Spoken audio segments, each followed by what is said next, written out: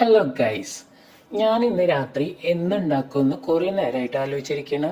അന്നേരമാണ് എനിക്കൊരു കാര്യം ഓർമ്മ വന്നത്. ഞങ്ങൾ കഴിഞ്ഞ പ്രാവശ്യം നെയ്ച്ചോറ് ഉണ്ടാക്കിയതിൻ്റെ അരി ബാക്കി ഉണ്ടായിരുന്നു.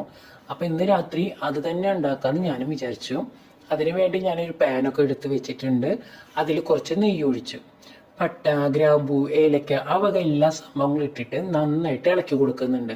അതിൻ്റെ ഒരു പച്ചമണം മാറുന്നത് വരെ ഒരു 3-4 മിനിറ്റ് നന്നായി ഇളക്കി കൊടുക്കുന്നുണ്ട്. അത് കഴിഞ്ഞ് ഒരു സവോളയുടെ പകുതി അരിഞ്ഞത് ഞാൻ ചേർത്ത് കൊടുക്കുന്നുണ്ട്. അതും ഈ പറഞ്ഞ പോലെ നമ്മളൊരു 3-4 മിനിറ്റ് ഇളക്കി കൊടുക്കുന്നുണ്ട്. സവാള ഒത്തിരി നമ്മൾ വഴറ്റിയെടുക്കാൻ പാടില്ല. അത് കഴിഞ്ഞ് കുറച്ച് ക്യാരറ്റും ചേർത്ത് കൊടുക്കുന്നുണ്ട്. സാധാരണ ഞാൻ നെയ്ച്ചോറ് ഉണ്ടാക്കുമ്പോൾ ക്യാരറ്റ് ചേർക്കാറില്ല. ഇന്ന് ഒരു വെറൈറ്റി ആയിക്കോട്ടെ എന്ന് വിചാരിച്ച് ഞാൻ ചേർത്തുന്നുള്ളൂ. അത് കഴിഞ്ഞ് നമ്മൾ അരി കഴുകി വെള്ളം വാർത്ത് വെച്ചിട്ടുണ്ടായിരുന്നു. അതും നമ്മൾ ഇതിൻ്റെ കൂട്ടത്തിൽ ഇട്ട് കൊടുക്കുന്നുണ്ട്. അത് നമ്മൾ നന്നായി ഇളക്കി കൊടുക്കുന്നുണ്ട്.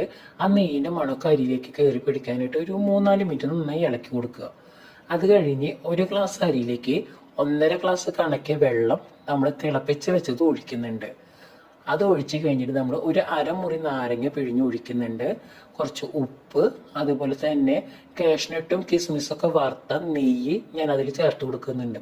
അത് 1 സ്പൂൺ മാത്രമേ ഞാൻ ഒഴിക്കുന്നുള്ളൂ. അത് കഴിഞ്ഞിട്ട് നമ്മൾ മൂടി വയ്ക്കുക. മൂടി വെച്ച് തിളച്ച് കഴിയുമ്പോൾ ഞാനൊന്ന് മൂടി തുറന്ന് വറുത്ത് വെച്ചിരിക്കുന്ന സവോളയുടെ കുറച്ച് ഞാൻ അതിലേക്ക് ഇടുന്നുണ്ട്. അതെന്തിനാണെന്ന് വെച്ചാൽ നമ്മളിത് വെന്ത് വരുമ്പോൾ, വെള്ളം വറ്റി വെന്ത് വരുമ്പോൾ നമുക്ക് തുറന്ന് കഴിഞ്ഞാൽ നല്ലൊരു മണം വരും. അതിന് വേണ്ടിയിട്ടാണ് കേട്ടോ ഞാൻ അങ്ങനെ ചെയ്യണത്. എല്ലാവരും അങ്ങനെ ചെയ്യാറുണ്ടോയെന്നൊന്നും എനിക്കറിയില്ല, പക്ഷെ ഞാൻ അങ്ങനെ ചെയ്യാറുണ്ട്. അതൊക്കെ കഴിഞ്ഞ് നമ്മൾ മൂടി വെച്ചിട്ട് ഒരു 10 മിനിറ്റ് വേവിക്കുക. 10 മിനിറ്റ് കഴിയുമ്പോഴേക്കും നമുക്ക് വെള്ളമൊക്കെ വറ്റി ചോറ് നന്നായി വെന്തിട്ടുണ്ടാവും. ഈ കയ്യിൽ പിടിച്ചിരിക്കുന്ന കാണുമ്പോൾ നിങ്ങൾക്ക് തോന്നും ചോറ് വെന്ത് പോയോന്ന്. സത്യത്തിൽ അത് വെന്ത് പോയിട്ടില്ല. നമ്മൾ ചൂടെടുത്തിന് ഇളക്കുമ്പോൾ അങ്ങനെ വരുന്നതാണ്. അതൊക്കെ കഴിഞ്ഞ് നമുക്ക് അതിൻ്റെ മീതെ സവോള വറുത്തത് ഇട്ടെടുക്കാം. അതുപോലെ അണ്ടിപ്പരിപ്പ്, മുന്തിരി, മല്ലിയില, പുതിനയില ഒക്കെ ഇട്ട് കൊടുക്കാം. പുതിനയില എല്ലാവരും ഇടാറില്ല.